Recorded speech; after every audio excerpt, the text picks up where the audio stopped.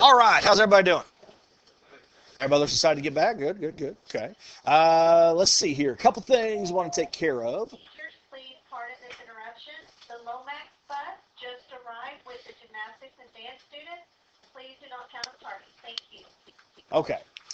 So a couple things. Hope everybody had a good break, a little bit of time off, get to relax, and hopefully recharge your battery. We got 4 weeks until the end of the semester. Lots going to be happening. I mean, we got 4 weeks, but it is going to be going pretty quick. So if you are one of those individuals whose grade is a little lower and you are in danger of failing the semester, these last grades are going to be really, really, really important to you. You've already noticed that we're not going to be doing happy minutes for a while. We're bringing back focus activities because the next round of happy minutes is going to revolve around the trig identities. But we haven't talked about the trig identities yet, so the happy minutes can't return until then. So you want to hang on to these focus activities because in 2 or 3 weeks, I'm going to give you a date. We'll be turning those in. It'll be another quiz grade. Should be another good quiz grade for you. In 2 days, on Wednesday, you're going to have a graphing quiz. And I thought it would be a really good idea to start with an example just like what you're going to see on your quiz. It's going to be cosine or sine. It's going to be some kind of transformed function, one of those two. You're going to be asked to find all the same information, sketch everything. Okay? Because I figure, it's been over a week. A lot of people haven't seen math in a while. You've probably been really anxious to do it. Yes, okay, there you go. So you guys are going to help walk me through this, and we'll take care of that in just a second. Now, the big item is coming up next week, and we're already getting right back to it. Next Friday, the 7th, is going to be your second exam. Okay, on Friday the 7th, because that following weekend, you guys have 3 days off because we have content focus session on that Monday. And at that point, we need to go ahead and start wrapping everything up because the final week is just going to be review, district assessment, and then your finals on those Thursdays and Friday, those half days. So like I said, even that last week, it's going to go really quick. So if you have any questions, please come on in. Try to keep up with your homework assignments. If you want to retake anything, like the exam we had right before the Thanksgiving break, you have until Friday morning to go ahead and come on in. Not everybody was here on the Friday when I passed them back. So if you have any questions on your test, come on in. I'll be here in the morning. I've already got one person who's coming in tomorrow for a retake. And I think that's all I have. Did my text message get out about the protractors? Okay, if you brought a protractor today, great. You are absolutely going to need it tomorrow. It looks like today we're not going to make it to that problem. But that works out for people who don't have a protractor. I've only got a certain number, and I had to borrow those from the calculus teacher who's already made it quite clear he wants these back. So I don't have enough for everybody. This is one of my largest classes. So for those of you who have a protractor, that is fantastic. I would encourage you to go ahead and get one. Probably one that has a protractor and a ruler in one. But if you want to use a protractor and a ruler separately, I mean, that's perfectly fine. I'm going to have to do that on the notebook. But as long as you have one, because we're going to be finding inverses. Okay, well, let's go ahead and get to it. Focus activity number 1 for the third 6 weeks. And we haven't seen one yet because we've been dealing with the happy minutes. So let's go ahead and make sure we're all on the same page when it comes to all this information over here. Now, remember, A is the coefficient of your trig function. B is the coefficient of x. Now, C is whatever you add or subtract to x, but here there is no value of C. And then, of course, D is going to represent your vertical shift. Okay, it's going to help us with our midline. Okay, so let's talk about the midline first. Okay, what is the midline here? Where would it be? Y equals -3. Yes, remember, we always want to write that as an equation. It's going to be a horizontal line. So whatever vertical shift we have is going to dictate where that midline is. Basically, you're just moving the x-axis. Okay. All right. Does anybody remember what's the expression for the amplitude? Okay, Satish. What are those bars? Yeah, you just didn't say. Okay. Absolute of what? Of A. There we go. All right, so the amplitude is always half the height of your wave. So what's the absolute value of -1? 1. Okay. So the total height should be 2, but the amplitude is 1, half the height of your wave. What's the expression for the period, scalar?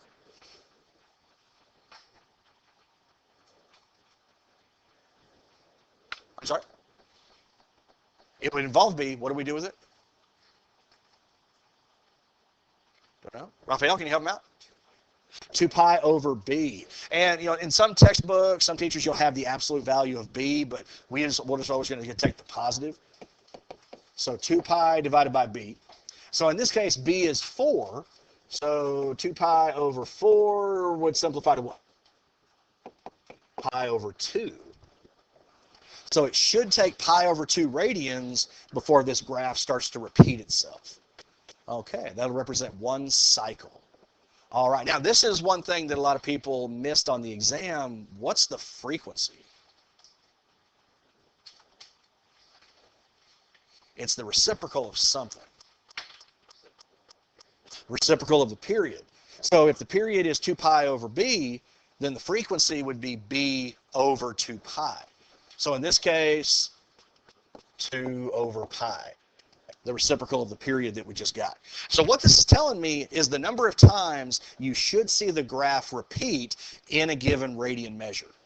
So by the time we finish up, I should see 2 repeating cycles in 1 measure of pi. We'll actually see if that turns out to be correct. Now it says pattern of critical points before the transformation.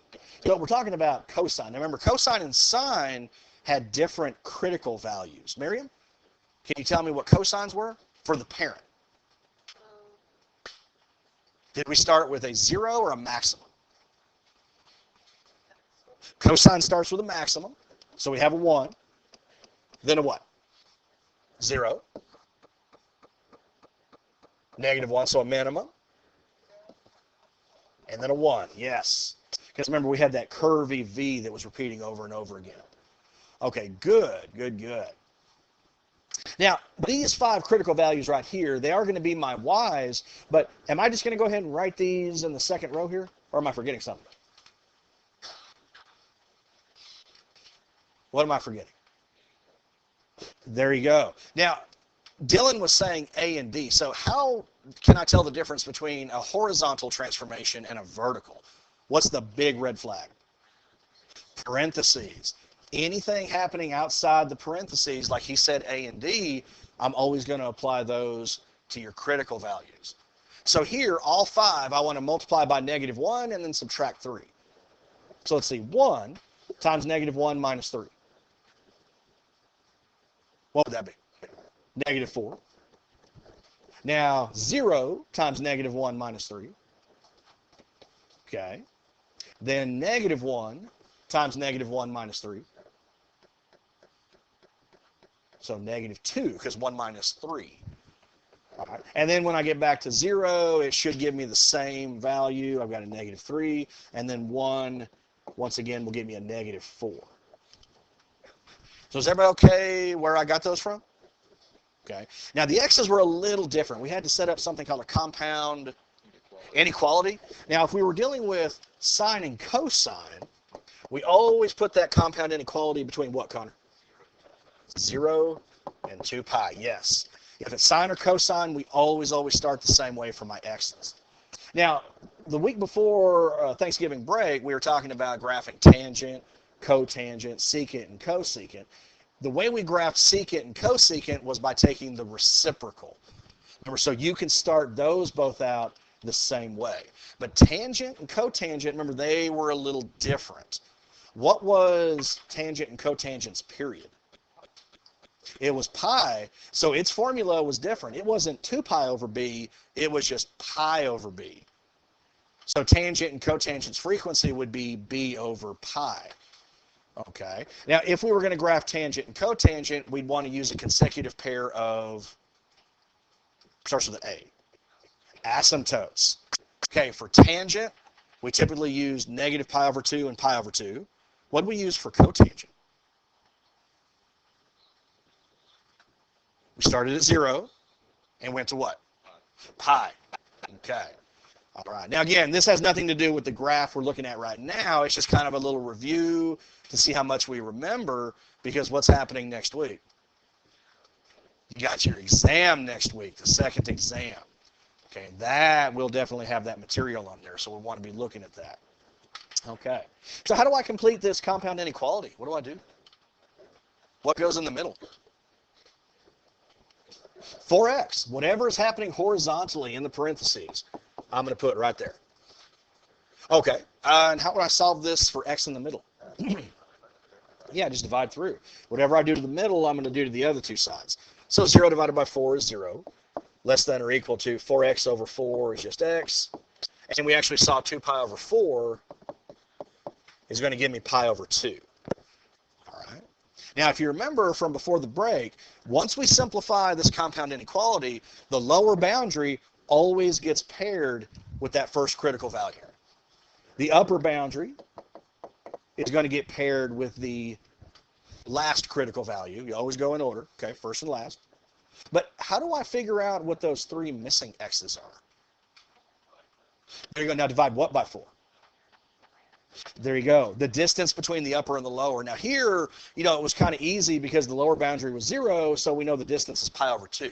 But you got to be careful on some of these problems. If the lower boundary doesn't remain 0, you have to subtract the 2 and then divide that by 4. Always, always divide by 4. So let's see. Pi over 2 divided by 4. What's that going to give me?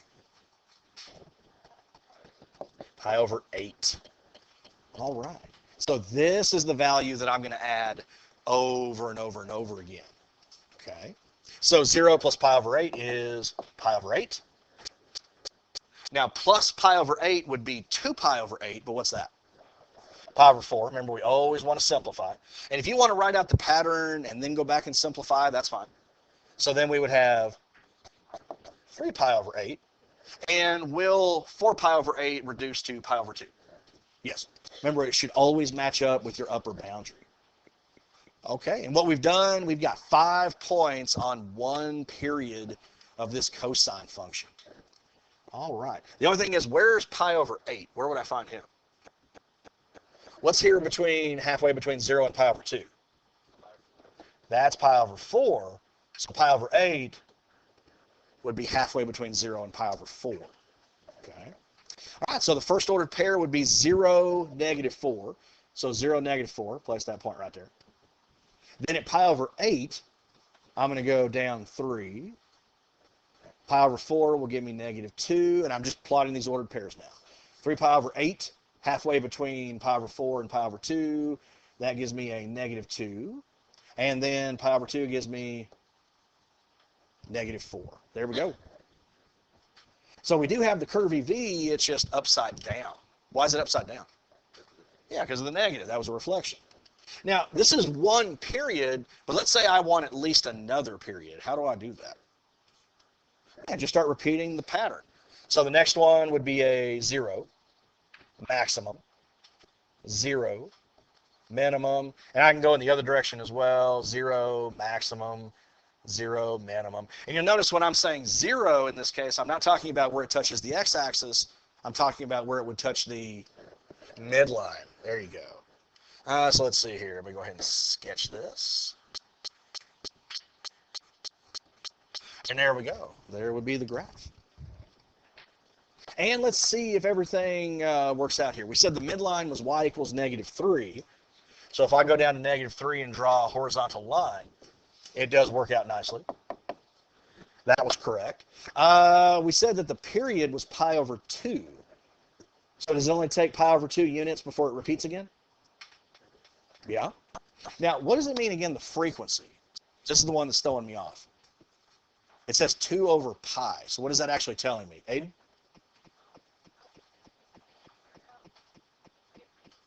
Yeah, the number of times it's going to repeat in a given measure. So 2 over pi, this tells me I should see it repeat itself twice in a length of pi radians. So let's go ahead and take that. Here's 0, here's pi. And let's see, is that what's happening? There's 1, there's 2. So it does repeat twice in that given measure. That's what the frequency is telling you. Does that kind of make a little more sense? Okay. And everything else is good. There you go. Any questions? Anybody have this done before we got started? Good, good, good. In fact, this is exactly what's going to happen on your quiz Wednesday. The very first problem is just going to give you a transformed sine or cosine function. You're going to find me all the characteristics, fill in the ordered pairs, graph it, all that good stuff. Okay. Now, there's going to be another section that follows it that's going to have all 6 of your trig functions on there. It's going to be a little matching portion. So I've got the function, and then I've got the graphs, and you're just going to match them up. And there are a couple of transformed ones in there as well. So in addition to this on the quiz, you do want to be very familiar with your 6 trig parent functions. Okay, the graphs of those. You won't have a calculator on Wednesday. All right, so is everybody okay with what's coming up Wednesday? Good, good, good. Okay, we'll go ahead and put this someplace safe. We don't want to lose it. Okay. We'll be turning that in a couple of weeks, and I've already got 2 others printed and ready to go over there, and I'm hoping to get at least a 4th one in, so we'll just kind of see how far we're able to get. All right. So now we're going to talk about some inverses. So it's been a while since we've seen these. All right, so let's just get right into it. If a function is 1-to-1, that means it passes the horizontal line test. Then its inverse relation is also a function. What does this mean, 1-to-1? What are we talking about here? Okay, say that again, Doug. There you go. And what we were typically looking at when we talked about inverses so long ago, if I go ahead and take this parabola and I put a horizontal line through there, okay, he fails the horizontal line test. He's not 1-to-1. Now, why is this important to me? When we're talking about inverses. I mean, it should be important to us anyway, but you know. That's exactly right. Connor says because the inverse is not a function. The horizontal line test is showing me if any y values repeat. Well, obviously I have a couple of y values here that repeat. Well, why is that important with inverses? Why would that tell me the inverse is not a function? That's exactly right. The core idea for inverses was that we take the x's and the y's and we switch them, right? So if I have repeating y values and I switch them, those become repeating x's. And we really, really want our inverses to be functions. So one of the things we talked about, I want to say this first 6 weeks, this goes back a ways, was restricting a graph so that it did pass the horizontal line test and the inverse was guaranteed to be a function. Does that kind of sound familiar? Do you guys remember doing that? Okay, yes, okay, maybe. All right. Now, the kicker is, when we start talking about these inverse trig functions, they're very specific about what you can put into them and what answers you're going to get out of them. They have to have certain limitations. Okay, now we're starting with these compositions right here, but I want you to notice at least one similarity right off the bat. When you compose functions, remember you have what's called an inside and the outside function. If the inside function is inverse sine or inverse cosine, you'll notice the value of x that makes this statement true has to belong to the same interval. For both sine inverse and cosine inverse, you can only plug in values between -1 and 1. Now, you'll see why very shortly. In fact, this whole week right here is going to be about inverse trig functions, and we'll spend a little time on the inverses of the other 3. But if you're really, really good with inverse sine, inverse cosine, and inverse tangent, the other 3 are going to be really, really easy. Okay. Now, you'll notice if the normal sine function is your inside function, or if the original cosine is your inside function, well, then the intervals change as well. Okay, so let me give you an example real fast. Remember, these properties are only going to be true if x belongs to the corresponding interval. So let's say I were to give you, sine of sine inverse of 2. According to this property, it should equal 2. Now, what I'm asking you, is that true or false? What do you think? We got a 50-50 shot. You're saying, yes, it's true? It is false. Okay, now, why is it false? Remember, I said the property was only true if x belongs to this interval right here. So what is this actually telling me? I can have any value from -1 to 1. But is 2 smaller than 1 or greater than -1? No, see, 2 doesn't belong to that interval. So that would be a false statement. Now, if I were to give you something like sine of sine inverse of, say, 1/2, would it be true to say that equals 1/2? Yeah, because does 1/2 belong in that interval? Yeah, that would be a true statement. Okay. So you want to be careful. The composition isn't always going to give you the value that you have. You have to know about these limitations. Okay, so why do we have these limitations? Okay, well, we're going to get there. We're going to build up to it. Now, one other thing I want to notice, just kind of point out, when you're talking about taking tangent and his inverse in a composition, if the inverse is the inside function, are there any restrictions on what x can be?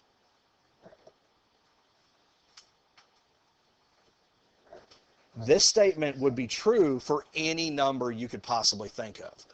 There is no number that's off limits. But now, if I reversed it, if I said tangent inverse of tangent, can I still say that? No, in this case, if tangent is the inside function, x has to belong to this interval. And you'll notice it's the exact same interval for the sine inverse of sine, but with one difference. What's the difference in those two? Okay, the sine inverse can include those boundaries. Tangent inverse cannot. Okay. All right, well, let's go ahead and fill in some blanks, and then we'll just start to see why we have these in the first place. Remember that a function will have an inverse if it is 1-to-1. Functions are 1-to-1 if they have one x value for every y value. A function f of x with inverse f inverse of x. Remember that -1 is what we use to denote an inverse. It's not a power. Okay, it's not an exponent. It has the following characteristics. So f inverse of f of x equals, does anybody remember when we took the composition of them? Remember, we actually used this to prove if two functions were inverses. It has to equal x. And f of f inverse of x has to equal x. Remember, the composition had to work in both directions if you were dealing with inverses. Okay, so the domain of f is equal to the range of the inverse, and the what of f is equal to the what of the inverse. Range of f is equal to the domain of the inverse. Okay, what we're stating here verbally is that the x's and the y's will be switching. The x's become the y's and vice versa. Okay, the graph of f and the graph of f inverse are symmetric with respect to what line? Y equals x. That was our linear parent. Yes. Okay, so just to graph it very quickly over here. Here's y equals x. Okay. And you remember, if you want to see the inverse graphically, we fold it across that line. That was my line of symmetry. In fact, you guys might remember when I showed you that little trick, we take the top left corner of your paper and we pull it down so it's the bottom right. We're just folding across that line. Okay. And 4, if a function y equals f of x has an inverse, the equation of the inverse is x equals f of y. Again, we're really just wanting to drive home the point that the x's and the y's are going to switch. But this isn't typically how we write it. We like to write it with that -1 notation. Is some of this coming back to you? Kind of remember inverses? Like if I were to have a function f and he contained the point 2, -1, what would that point be on the inverse? -1, 2. We're not changing the values themselves. We're simply switching their position. See, the 1 is still negative, the 2 is still positive, but now it's become an x and a y. Okay. So let's go ahead and take a look at inverse sine. So it's going to take a couple of days to get through these, and then we'll go ahead and start looking at our examples. But let's see why we have those limitations. And this is going to take you through step by step. It's real easy. In fact, it's the easiest way I've ever seen to do this. Where did of course, it's over there. I haven't spoken this much in over a week, so my throat's getting a little scratchy. Okay. Okay, so first, graph sine of x on the interval from -2 pi to 2 pi.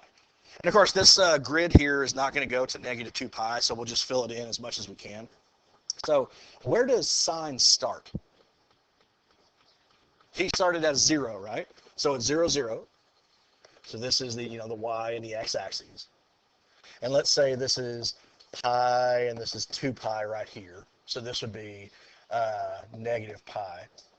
So after the 0, then we had a maximum, 1. Then a 0, minimum, 0. Because remember, sine had that curvy shape to it. Then we got a max, 0, and I'm going to go back in the other direction.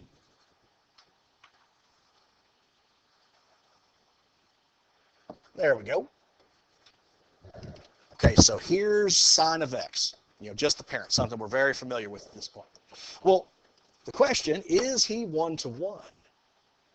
So if I put a horizontal line through him, does he pass? No, in fact, there's an infinite number of places where he's going to touch that line.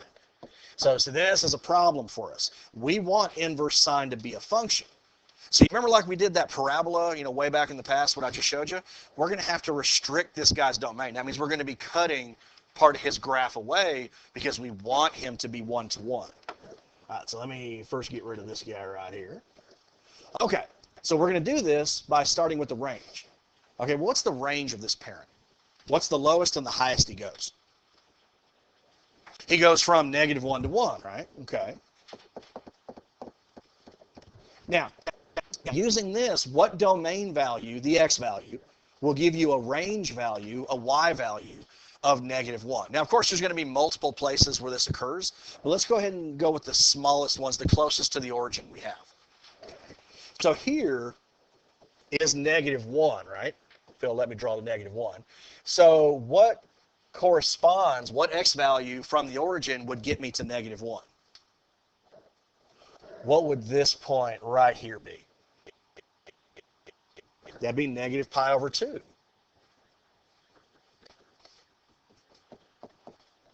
Okay, so negative pi over 2. Now, what domain value, what x value would give me a range value, a y value of 1?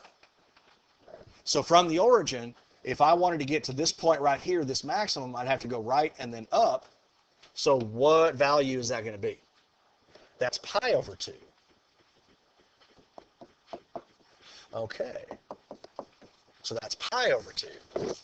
Now, we're going to use these last two answers to restrict our domain for y equals sine of x. The domain is going to become the range of our inverse function. So see, here's what we're going to do. I'm going to cut the sides of this graph off. I'm going to restrict him from negative pi over 2 to pi over 2. Okay. And now if I go ahead and bring this guy down, does he pass the horizontal line test? Yes. Now we're guaranteed that the inverse is going to be a function. Okay. So remember, we're going to take these x's and we're going to make them the y values. We're going to take those y's and we're going to make them the x values. So x has to be between what two?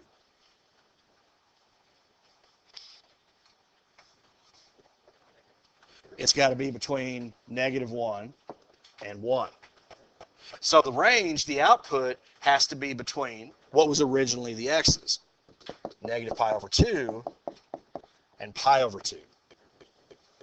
Okay. Now, let's go ahead and take a closer look at those. These are compound inequalities, but if I wanted to write it as interval notation, would I use parentheses or a bracket?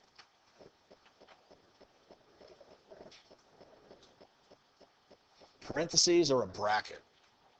Bracket, because they have inclusion, right? So this one would be negative 1 to 1, while this one would be negative pi over 2 to pi over 2, right? Do those look familiar? If you go back to the beginning, those are the exact restrictions that we had to start with. Okay. So that's my hope as we go along. Tomorrow when we talk about cosine, you're going to see why we have these intervals. And then when we get to tangent, why we'll have those intervals. Okay, why we have those specifics. It's because originally the graphs are not 1 to 1. Okay.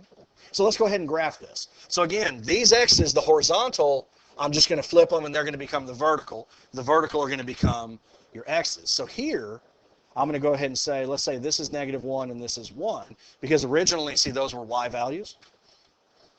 So the original x's are now my y's. So I'm going to say pi over 2 and negative pi over 2. Okay. And we can actually just go ahead and flip those points. 0, 0 would remain 0, 0. This point right here that was originally pi over 2 and 1, what would he be on the new graph? 1 pi over 2. And then the same thing over here. Negative pi over 2, negative 1, inverse would be -1, negative pi over 2. But see, it's not the same curve. While this one curves down and then up to the max, this one's going to curve up and then to the max like that. Okay. Now, if I take that same curve and I were to go ahead and apply it over here, if I went up through the origin and then curved like that, would that be symmetrical to y equals x? Yeah, it almost looks like a real skinny figure 8 going through there. And there you go. That's the sine inverse graph. Is everybody okay with that? Does anybody have any questions? Okay. Now, this is the only thing you're going to be looking at when you're trying to evaluate sine inverse. You'll notice what are the only answer, or excuse me, the only input, the only x values I can plug into sine inverse. It has to be between what? It has to be between -1 and 1. My answers can only be between negative pi over 2 and pi over 2. So you're always going to want to keep this in mind. Like, for example, if you forget, if you try to go ahead and take the sine inverse of, say, 3, well, is 3 in that original domain? Does 3 belong to -1 to 1? No. So what do you think this guy's going to give me? Oh, crap. What's going to happen if you tried to plug this into a calculator?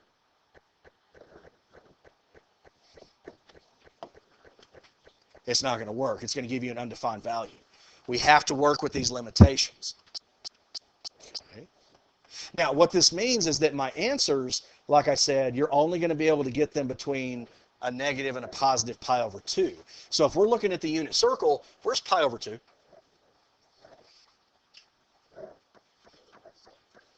Yeah, it's a positive y-axis, right? So here's pi over 2. Where's negative pi over 2? Yeah, it's the other quadrantal, right? Okay. So what you're going to come to find is, on the unit circle, sine inverse, you can only get answers on the right half, which means you're going to be restricted to quadrants 1 and 4. Whenever you evaluate sine inverse, your answers can only come from these two quadrants. You'll never see it in quadrants 2 or 3. It's outside the limitations. Okay. Now, one other thing I want to go ahead and show you before we start looking at some examples, we need to be really familiar with our special right triangles. Now, you guys are doing really good on your happy minutes. Like, for example, if you end up with a 30, 60, 90, what's always across from 60? Square what? It's square root of 3 over 2. What's always across from, say, 30? 1/2. See, we know those, right, because of the unit circle. But when we're dealing with these inverse trig functions, we may or may not get a special right triangle. And it's definitely not going to have those side lengths all the time, which is why we need to know about the relationships. So I've got two triangles here. Even though they look identical, let's say this one's a 45 degree 90. And we'll say this one's a 30, 60, 90. Now, I'm not interested in the actual length. I just want it in terms of x. I want to know how they all relate to each other. Now, in a 30, 60, 90, the side length across from 30 is always x units long. Okay. How does the hypotenuse compare to the shorter leg? It's always double, right? Okay. So whatever this shorter leg is, the hypotenuse is always double it. Well, how does the longer leg compare to the shorter leg? It's always that leg times square root of 3. Okay. See, this is the relationship that we have to identify. All right. Or we could come across a 45, 45, 90. In which case, this is the only isosceles right triangle we have So the legs are both x, but how's the hypotenuse compared to a leg? It's x square root of 2. Okay. Now, if you're trying to identify an angle measure, trying to evaluate an inverse, and you come across one of these two triangles, well, then things are good. It's going to be really easy. But what if you're trying to evaluate an inverse trig function and it does not yield a 30, 60, 90 or a 45, 45, 90? That's where your protractor comes in. You're going to be using it to actually work backwards and find the measure. Okay, because when we plug it in the calculator, and at some point we are going to go ahead and start doing that, but up until then, I really want you to be hands-on with this. I want you to understand why it is, what we're doing. So here's the last thing before we get to an example. Okay, think about when we're evaluating a trig function. I've already got this out, so I'll just go ahead and write the first one. And this works for all 6 of your trig functions. It doesn't matter if it's sine or cotangent or whatever. But if I plug in an angle measure, what's the result going to be? A ratio, right? Ratio of the sides of a right triangle. Now for sine specifically, it's going to be the opposite side over the hypotenuse. But see, when we're trying to evaluate an inverse trig function, we're going to be given the ratio, but I'm going to be working backwards to find the angle. See, that's all we're doing is taking those two quantities, what we refer to as x and y, and we're just switching. Now, the reason I have this down here, that's a degree symbol, okay, times pi over 180. If you are going to go ahead and start using the calculator, whatever mode your calculator is in, that's what your answer is going to be given to you. So if it's in degrees, the inverse will give you the degree measure. If it's in radians, it's going to give you the radian measure. My advice, keep it in degree mode, because a lot of times I'm going to ask you for both. But once you have the degree measure, just multiply it by pi over 180. You don't have to change the mode on your calculator back and forth when you can just do that. Does that make sense? Okay. All right, well, let's go ahead and try to get a few of these examples done before we take off. So A, it says sine inverse of 1. Okay, so this means 1 represents a ratio. Okay, whatever the opposite side is, when I put it over the hypotenuse, it should give me 1. Okay, we're trying to figure out what theta. If you want to connect it to what we had before, then this would be the same as sine of theta is equal to 1. Remember, the inverse is when we're looking backwards for the angle measure. Now, this one's going to be pretty particular. This one is not going to be one because it's a boundary that we can create a right triangle off of, because this one's going to turn out to be a quadrantal. For this one, let's just go ahead and look at the graph. Okay, here's sine inverse. If I were to plug in a positive 1, well, what corresponds to that? Yeah, pi over 2. So theta is pi over 2. For some of these, there's going to be no work involved. Okay. Now, let's kind of look big picture on this one. I'm going to draw a unit circle. Okay, here's my unit circle. Here's where we started, 0 radians. Now, we said the answer was pi over 2, right?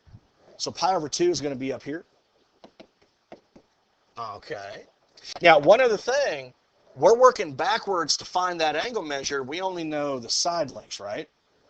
Remember, sine inverse has to be restricted to the right side of the circle. Well, let's go ahead and take a look at why we chose pi over 2. What ordered pair is it pi over 2? It's 0, 1. And we know by now that sine, that represents the y value. So you could look at the unit circle and work backwards. Okay, for sine inverse, where on the right side is there a y value of 1? Well, it occurs at pi over 2. Because I know that sine of pi over 2 would be 1. Okay. Let's try this next one. Sine inverse of a negative 1/2. Okay, so I'm still looking for theta. Okay, so if I wanted to write this out normally, it would be sine of theta is equal to a negative 1/2. Remember, what I'm being provided is the ratio, two sides of a triangle. Now this one, we're going to go ahead and create a right triangle to help us out. Could you look at the unit circle? Where on the right side do I have a y value of negative 1/2? You could do that. And you could even check it later when you look at your unit circle. But sine inverse has to be restricted to quadrants 1 and 4. So here's my question. What quadrant, 1 or 4, would I draw a triangle with those two sides? First thing I heard was 4. Jack, did you say that? Why'd you say 4 instead of 1? That's exactly right. Because it's negative, the triangle has to be in quadrant 4. And just like on your happy minutes, we're going to use the x-axis to create a right triangle. Now, had this been positive, I'd be drawing my triangle in quadrant 1. So you choose the quadrant based on the sign. Okay, so theta, this is what we're trying to find right here. Okay. Well, remember, what is sine's ratio? I actually just said it a few moments ago.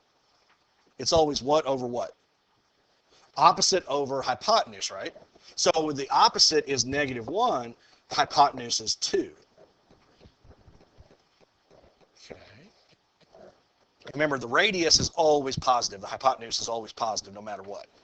So if I wanted to go from this point here to this point here, I'd have to go right x, but then down, hence the negative. All right, so how can I figure out what that x value is, the missing side? Something real easy I could use. Starts with a P. Pythagorean theorem. So let's say x squared plus -1 squared is equal to 2 squared. So x squared plus 1 is equal to 4. So what would x squared equal? 3. So in order to solve for x, I'd take the square root.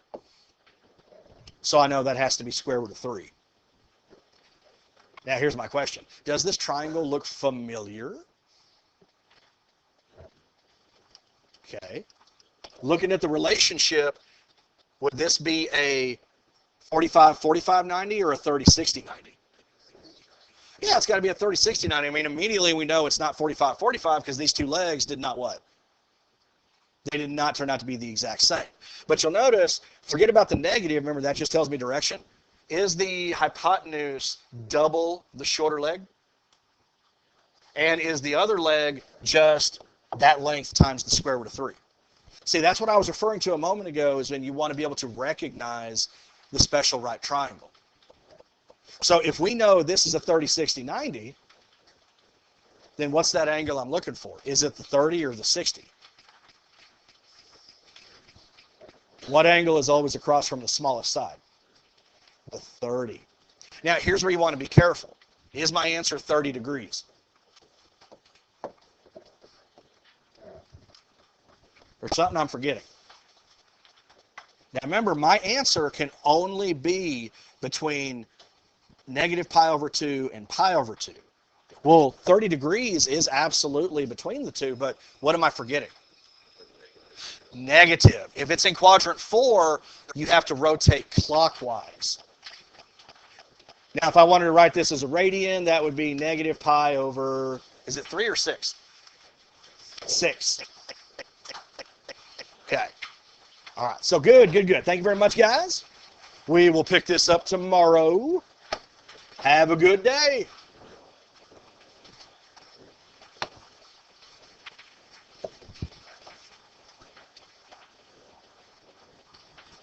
You too.